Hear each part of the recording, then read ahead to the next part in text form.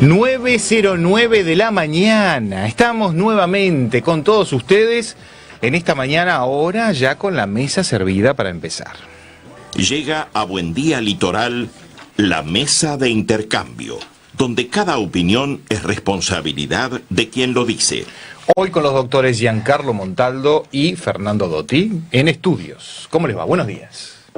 Buen día, ¿cómo les va? Un placer. La gente pedía el retorno de Dotti. Es un honor para este programa volver a recibir in situ, in situ, para usar un término in situ, latino jurídico para ellos, al doctor Fernando Dotti Tori, una verdadera autoridad. En los temas que maneja. Muchas gracias. Me siento lamentamos la ausencia. Sí, Álvaro no va a poder solo virtual, sino presencial hoy del doctor. Pero bueno, para la próxima seguramente esté. Así que un saludo a Álvaro, que sabemos que estaba complicado en esta mañana. Un abrazo también. Doctor Montaldo, ¿cómo le va? Buenos días. Así que hoy no va a haber pelea por el asado, disculpe. Hoy no. Ah, cierto. No. Y las verduras, ¿se acuerda? Las verduras de la parrilla que reclamaban.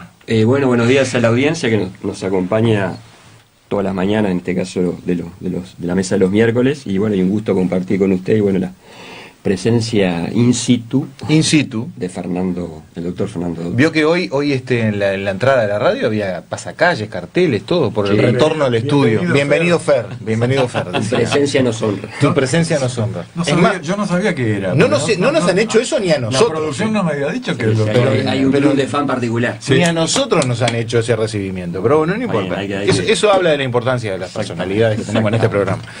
Hoy vamos a hablar de un tema que sin duda es transversal, que en algún momento nos va a atacar a todos, y es lo que se supone que deberíamos pasar a disfrutar cuando el fin de nuestra vida activa esté llegando, y es el periodo de jubilación. La jubilación en Uruguay ¿ha sido un problema siempre? ¿Es un problema ahora? ¿Cómo lo ven? Sí, bueno. Yo creo que sí, que es un problema si no desde siempre, desde hace muchísimos años, y cuando digo años, lo mido en décadas, ¿no? Hay una cosa en la que todo el sistema político está de acuerdo, porque que hay un problema en el sistema jubilatorio, creo que es unánime. Todos se han manifestado en tal sentido. Ahora, ¿cuál es la receta para resolver el problema, ¿no? Y acá viene quien le pone el cascabel al gato, ¿no?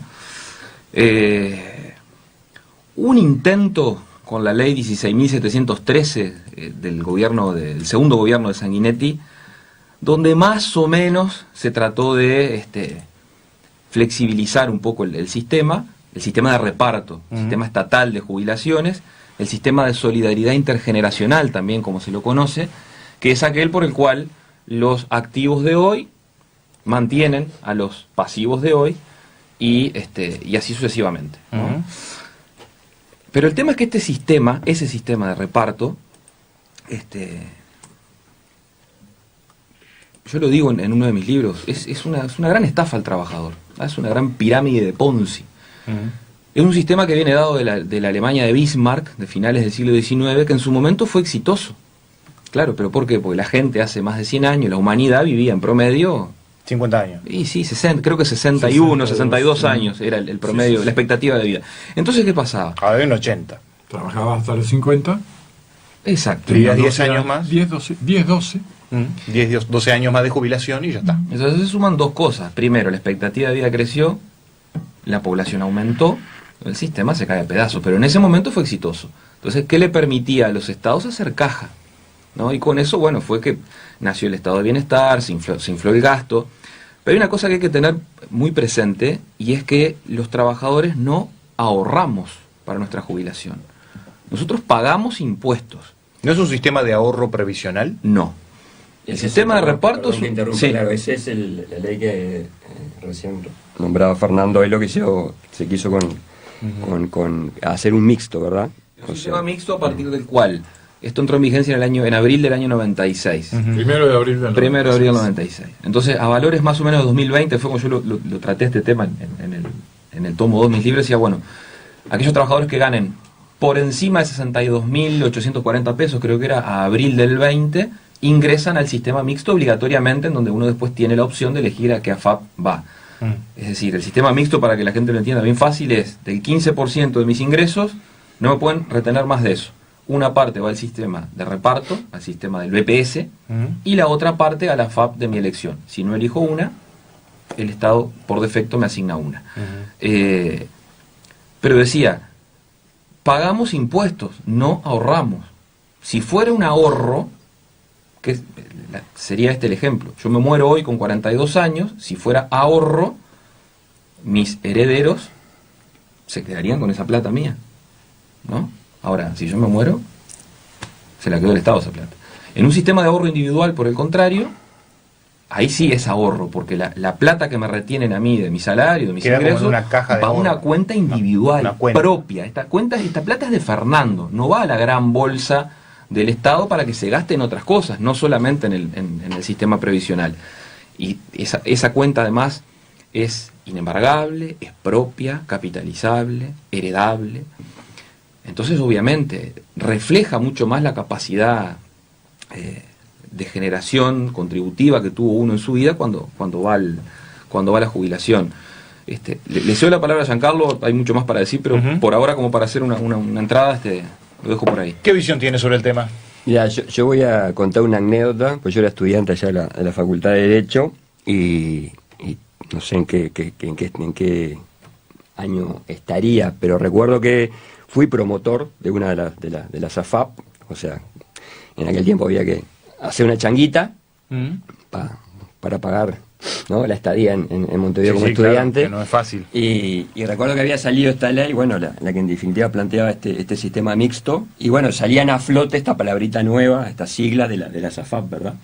Que evidentemente, bueno, tiró sobre la mesa a esto que Fernando hizo el diagnóstico y la radiografía de un sistema que el uruguayo ya había asimilado, esto de la solidaridad intergeneracional, a pasarlo a un ahorro individual. Entonces era como una especie de contraposición del ser solidario que aporta activo a el pasivo o las futuras generaciones, y en este caso el ahorro individual. Entonces era como que rechinaba, y evidentemente en aquel momento, bueno, el Frente Amplio estaba absolutamente en contra porque venía del modelo chileno, lo que significaba, bueno, las AFAP chilenas con este sistema de ahorro provisional. Y en definitiva, bueno, siempre la discusión de fondo estaba con ese, parecería, desmerecimiento del Estado, ¿tá?, en función de justamente este órgano previsional que es el BPS, que naturalmente, bueno, siempre estuvo en el ojo de la tormenta, por lo que significa, evidentemente, todo el tema de las jubilaciones. Bueno, en definitiva, la gran pregunta que es cómo se ataca este sistema que, bueno, que naturalmente a veces da pérdida, bueno, hay que administrar, como dice Fernando, digo, en definitiva, las jubilaciones son magras, digo, no funciona, y bueno, y ahora el gobierno actual tiene estudio ahí con un conjunto de notables, creo que a la cabeza está Saldaray, Saldain, fue presidente del BPS, ¿no? Exactamente, con que va a salir, digamos, esta reforma que se espera, ¿verdad? Lo que pasa es que, bueno, que todo después se termina politizando, ¿verdad? Porque en definitiva está eso de contraponer, como dije recién. Lo que termina siendo una decisión política, ¿no? Ahí el hacer problema. Un cambio.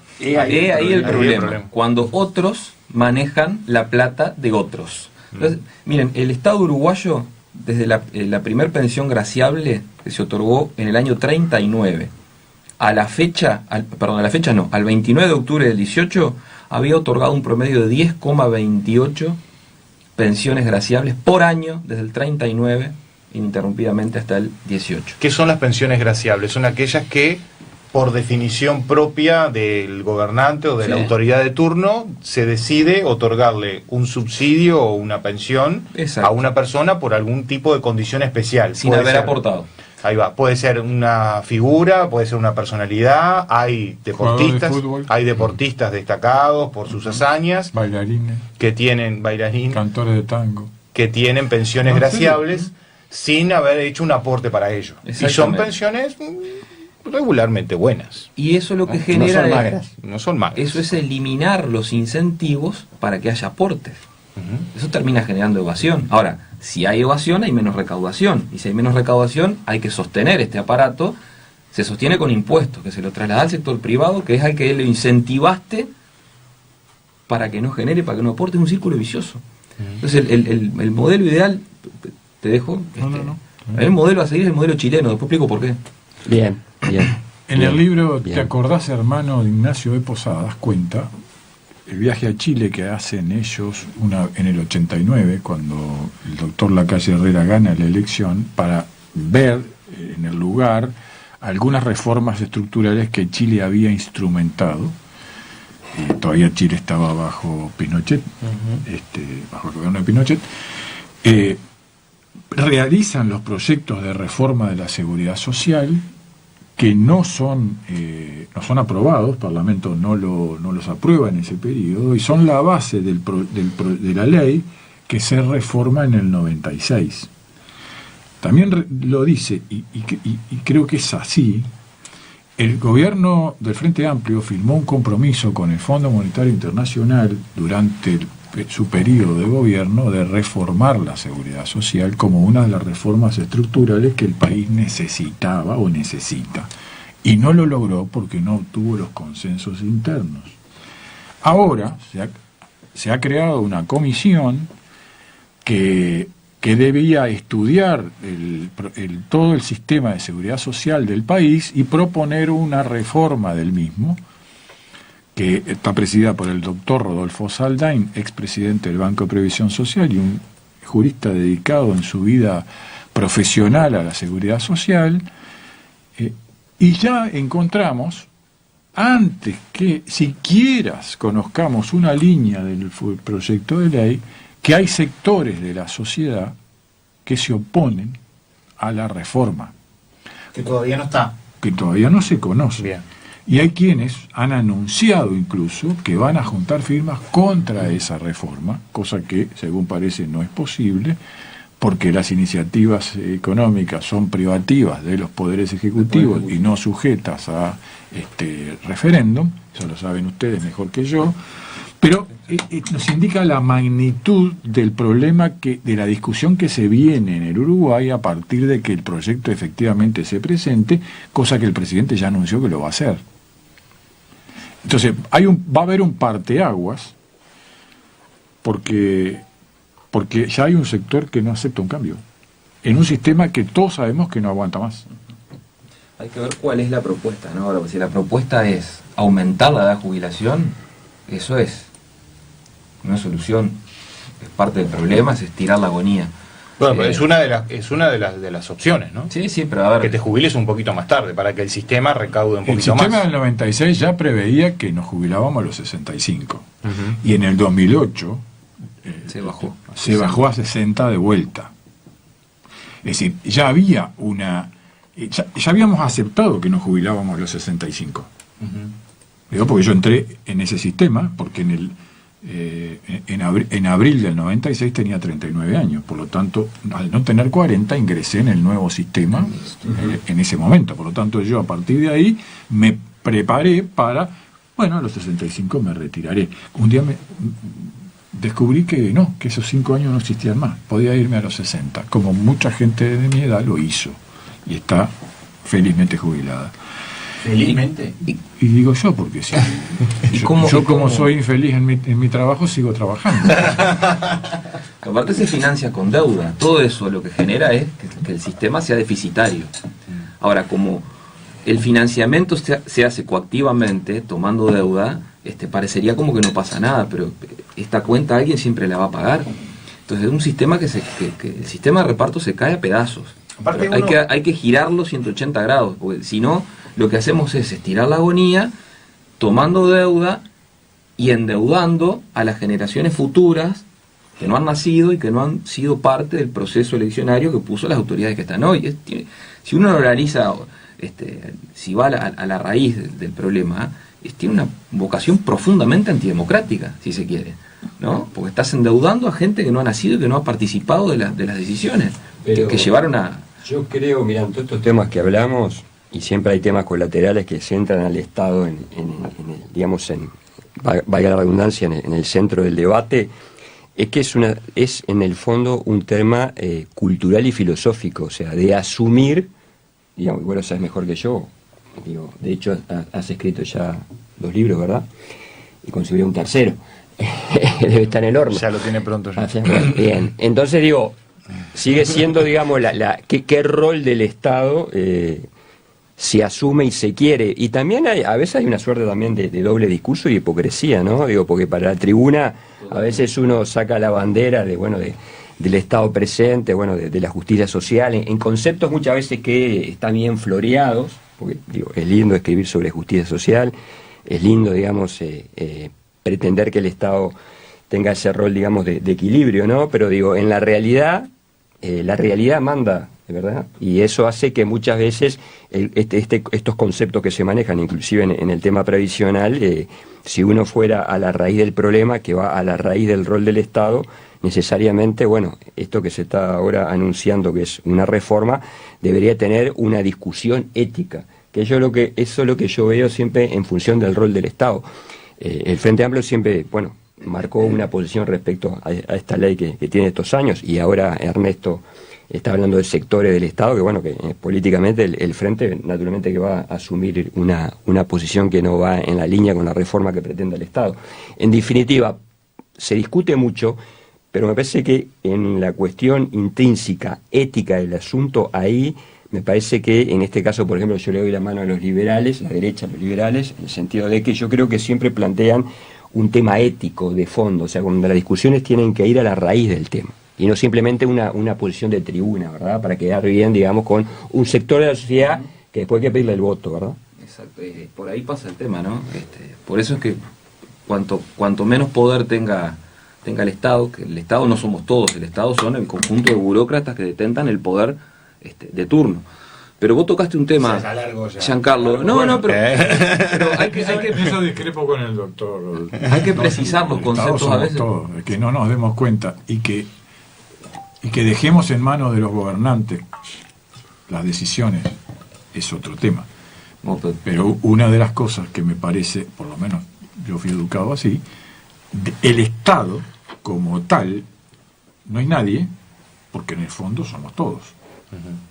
Elegimos representantes para que gobiernen, para que manejen el Estado, para que nos conduzcan a nosotros. Lo que pasa es que ahí hay un concepto que también Fernando te puede aportar, que el Estado no somos todos. El Estado, si vas a la Constitución, está perfecto, organización política, En la práctica es un conjunto de gobernantes que toman decisiones políticas. Él dijo burócratas. Yo no es por plantar cizaña, pero él dijo burócratas. Sí. Tienen el monopolio de la fuerza, la definición de Max Weber sobre Estado. Si fuéramos todos, a santo de que la previsión en la Constitución de reconocer derechos individuales para protegernos frente a quién, frente al poder, el avasallamiento del Estado. Por el contrario, en el mercado, ahí sí somos todos.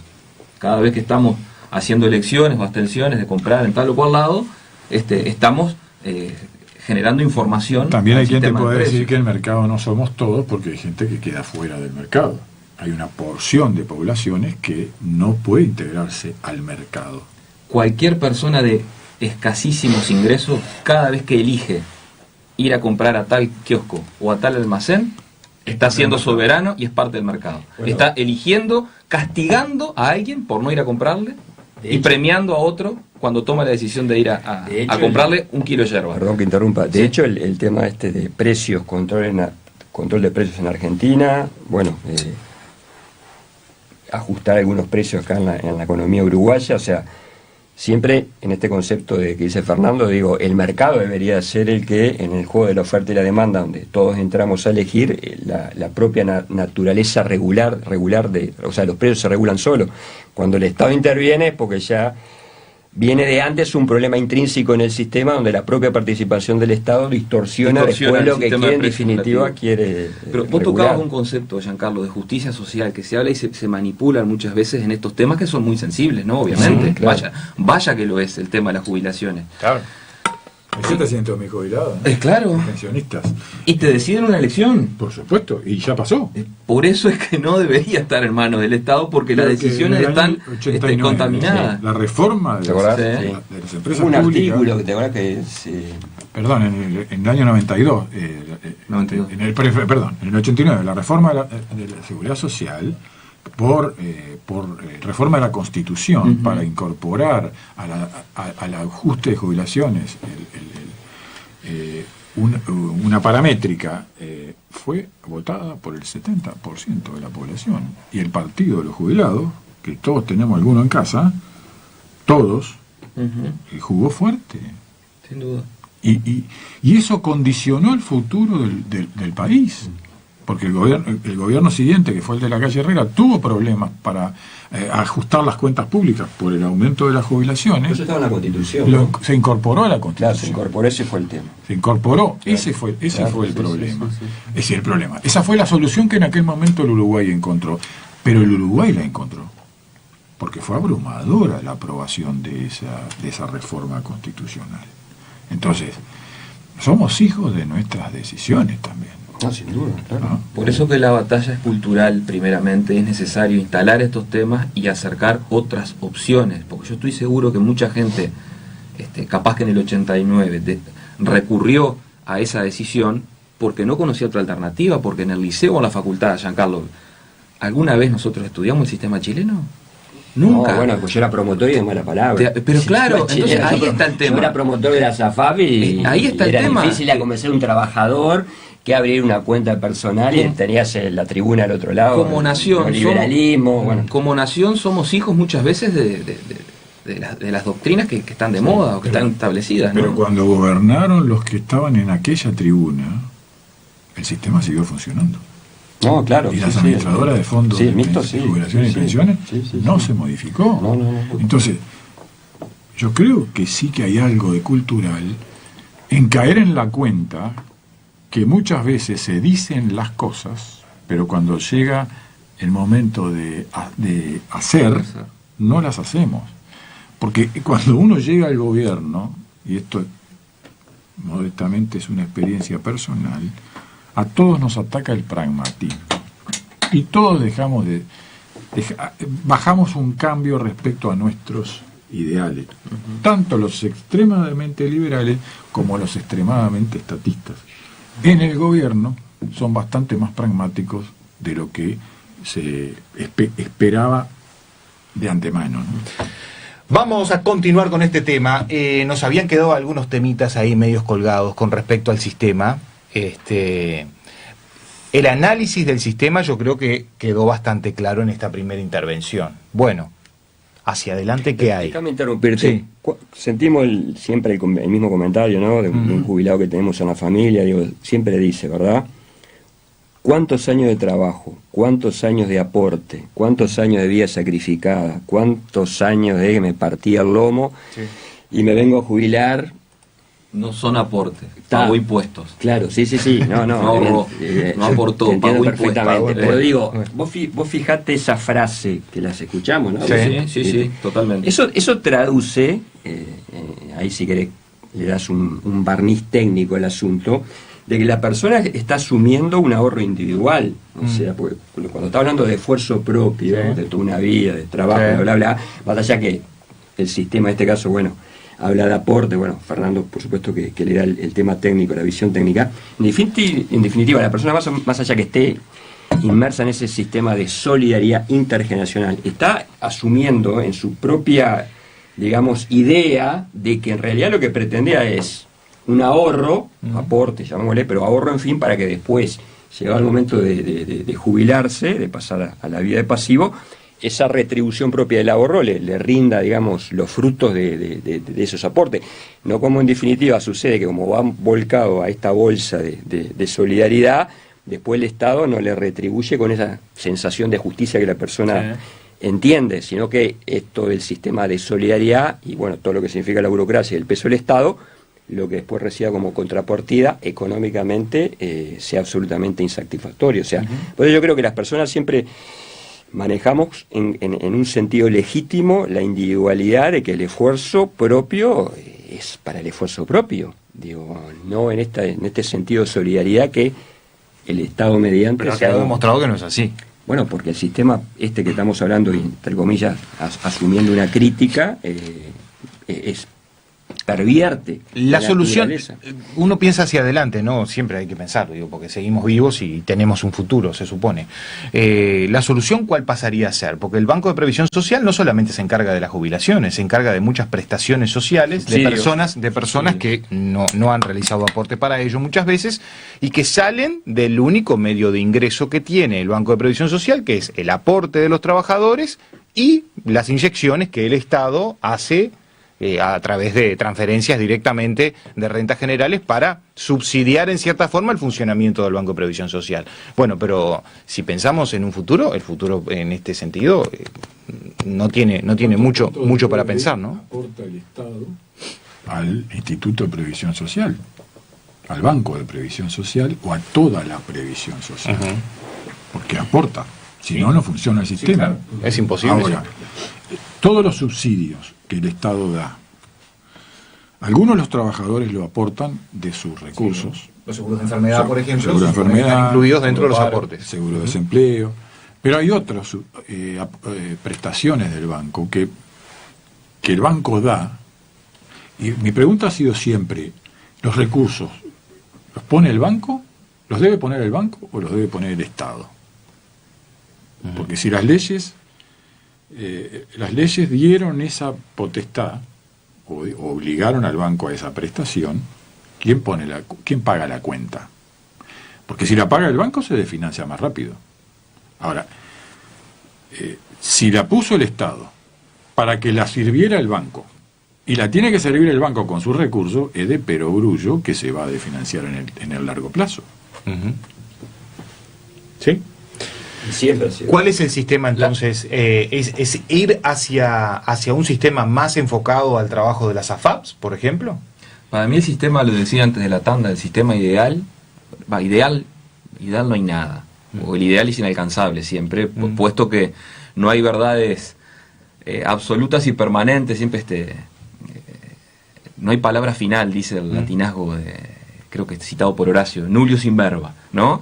Entonces, bueno, pero creo que hay un sistema exitoso, cercano a nosotros, que es el chileno, que es el sistema, más allá de todas las críticas que son meramente emocionales, porque no tienen fundamento en la evidencia, es el sistema que tiene las tasas de reemplazo más altas de la región, por encima del 70%. ¿Qué es la tasa de reemplazo? ¿Qué es la tasa de reemplazo? La tasa de reemplazo es la diferencia entre lo que ganaba y lo que pasé a cobrar cuando me jubilé. Si yo ganaba 100 y me jubilé con 70, la tasa de reemplazo es esa, es 70. ¿Ah? Chile está por encima del 70%, es la más alta de la región. Uruguay está en el 40 y no llega al 50. Bueno, no llega. Pero acá tenemos el Estado que nos cuida y en Chile rige el malvado neoliberalismo. Bueno, prefiero jubilarme en Chile y no acá, ¿no? Bueno, con un 20% más. Perdón, doctor. Sí. No sé cuánto más va a regir con la reforma Chile se suicidó que está haciendo y un gobierno que empezó a caminar en otro sentido. Saluden a Chile que se va, pero bueno, ese es otro tema. Bueno, vamos a ver cuánto de pragmatismo termina teniendo el amigo gobierno Boric chileno y el pueblo de Chile. Pero decía, rápidamente, el sistema funciona. ¿Cómo funciona? Funciona. Lo primero es eso, la evidencia, los datos dicen que el sistema funciona. Ahora, ¿cómo se compone? El sistema tiene 3 patas, 3 pilares. Uno es el pilar de ahorro forzoso, en donde al trabajador le retienen el 10% de su salario. Ya no el 15%. No el 15% como acá, el 30% es en España y el promedio en los países de la OCDE creo que es del 20%. O sea, el 10%. Pero va a una cuenta de ahorro individual, como lo explicábamos. No la toca el Estado. Esa plata es mía. Va como una caja de ahorro, un banco. Que es de uno. Ahí va. En donde después, bueno, se va capitalizando, la FAP la trabaja, la invierte, cobra una comisión por ello, obviamente. Y después uno cuando se retira su plata. Y si se muere, la heredan sus hijos. Y si tiene un embargo, esa plata es inembargable. Comparemos con la fotografía del Uruguay. El segundo pilar es un pilar voluntario, es decir, además del 10% que le retiene al trabajador, el trabajador puede elegir que le retengan un 10% más. Eso es voluntario, para mejorar su capacidad contributiva y por ende su futura jubilación. Si el trabajador accede a ese sistema, tiene una serie de beneficios tributarios que generan el marco institucional que promueve los incentivos para eso. O sea, el Estado ahí sí interviene en cierta forma favoreciendo a quienes tienen... Interviene absteniéndose y dando incentivos para que el que pone la plata siempre, que es el trabajador, es el contribuyente, decida invertirla. Invertir más. Invertir más. Y después tiene un tercer pilar, solidario, por decirlo de alguna manera, en el cual, ahí sí, con el dinero de los contribuyentes, el Estado abona pensiones a las invalidez, a la invalidez, en fin, todo lo que conocemos hoy con las asignaciones familiares, asignaciones familiares, aquellas personas que que por distintas razones llegaron a la vejez sin tener una jubilación para percibir. Esos son los 3 pilares. Ahora, es un sistema exitoso, que alguna de las críticas que se escuchaban en Chile es exitoso porque la tasa de reemplazo es la más alta de la región. No admite 2 lecturas eso. Pero además las críticas eran, bueno, sí, pero las jubilaciones son bajas. Bueno, pues es otro tema. Eso tiene que ver con la capacidad de tener buenos ingresos y buenos salarios. Que eso depende de las tasas de capitalización que tenga un determinado país. Las tasas de capitalización, ¿qué son? Son la inversión de capital que permite mejorar la productividad y por ende el nivel de ingresos de una sociedad. Bueno, no es lo mismo arar la tierra con las manos que hacerlo con un tractor última generación. No es lo mismo en el caso de los abogados hacer escrito como hace 40 años a las viejas máquinas de escribir, que hacer un escrito largo te llevaba 2 días capaz, y si te equivocabas era un problema porque había que andar tachando, arrancando de vuelta, que los carbónicos, a la productividad que tiene cualquier abogado hoy. Con su ordenador portátil, escribe, saca, copia y pega y puede sacar 10 escritos en un día. Entonces, el nivel de los salarios nada tiene que ver con la efectividad del sistema jubilatorio. Es otro tema, que está asociado a las tasas de capitalización. Pero me parece que la alternativa es esa, sobre todo porque se hizo en un país que fue exitosa. Obviamente el traspaso de un sistema de reparto o mixto a el sistema de ahorro individual va a generar un problema financiero importante que habrá que ver cómo se soluciona. Yo creo que con más deuda no. Ahora, hay que liberar recursos, ¿no? Vendan ANCAP, vendan AFE, sáquense de encima el INUMED y la plata aparece para hacer el colchón que se necesita para pasar al sistema de ahorro individual. ¿Quién va a comprar eso? Es bravo eso también, ¿no? Si el Estado somos todos, yo vendo mi paquete accionario, mi cuota parte de ANCAP. Te la regalo, Fabricio. No la quiero, gracias. No hay que olvidarse, porque todo tiene una historia y estamos atados a la historia. Yo entiendo la postura de Fernando y quienes piensen como él. Pero también es cierto que las cosas tienen su explicación. La creación de ANCAP en Uruguay fue motivo de un golpe de Estado. El amigo Terra. Gabriel Terra dio un golpe de Estado por defender ANCAP como ente estratégico del Estado.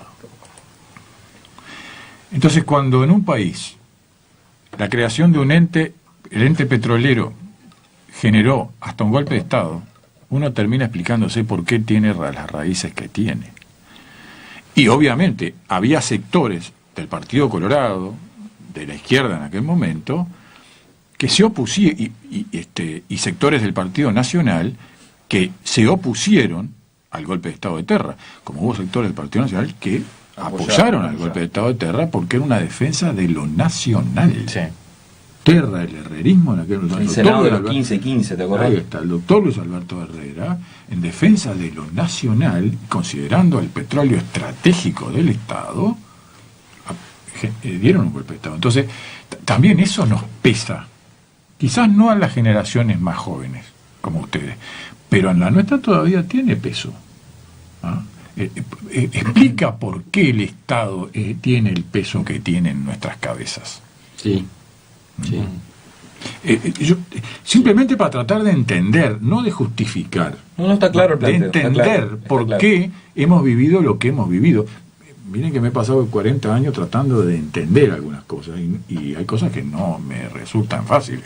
Pero por eso el tema es cultural, porque las nuevas generaciones, y ahora por un debate abierto, que antes no lo había, hoy se accede a nuevas posturas, digamos, de poder entender otras miradas de la vida, porque hoy es cierto, a ver, yo meto en Google cualquier concepto que quiera, naturalmente, tener otra visión del asunto, tengo acceso inmediato, o sea que ahora es posible democratizar, digamos, los debates viendo qué otras miradas del asunto hay. Digo, a contrapelo de lo que vos decís, que bueno, somos hijos de una historia muy impregnada, en la cual antes era difícil, digamos, tener acceso a una posibilidad de entender otras miradas del asunto. Hoy me parece que, por eso digo, respeto mucho la posición de los liberales, porque me parece que van a una cuestión profunda y ética del asunto, o sea, donde vos podés tener o seguir asumiendo, digamos, otros principios, otros valores, pero en definitiva me parece que el debate es mucho más ético.